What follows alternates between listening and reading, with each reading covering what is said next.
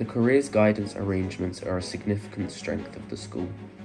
A well thought out strategy plan covers all year groups, tailoring advice and opportunity.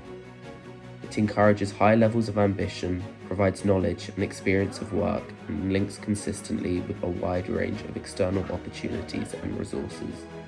Leaders have introduced new approaches to provide highly effective feedback to pupils.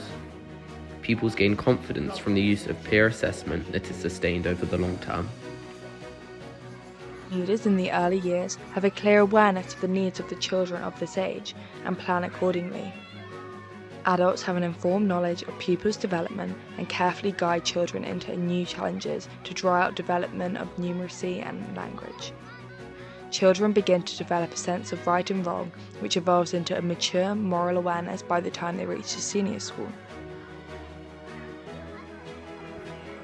Staff, supported by senior pupils, promote positive behaviour so that in lessons and around school, pupils almost without exception show respect and consideration for each other. One-to-one mentoring of younger by older pupils is common. Leaders have appropriate skills and knowledge and are not complacent. In areas where change is considered, for example, in approaches to managing behaviour, pupils are widely consulted and their views integrated into any reviews. Higher and extended project qualifications, which are examined at the end of Year 8 and Year 12 respectively.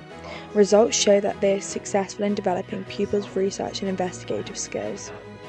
Leaders have skillfully combined the curricular and co-curricular activities, and these successfully develop pupils' independence and sense of well-being.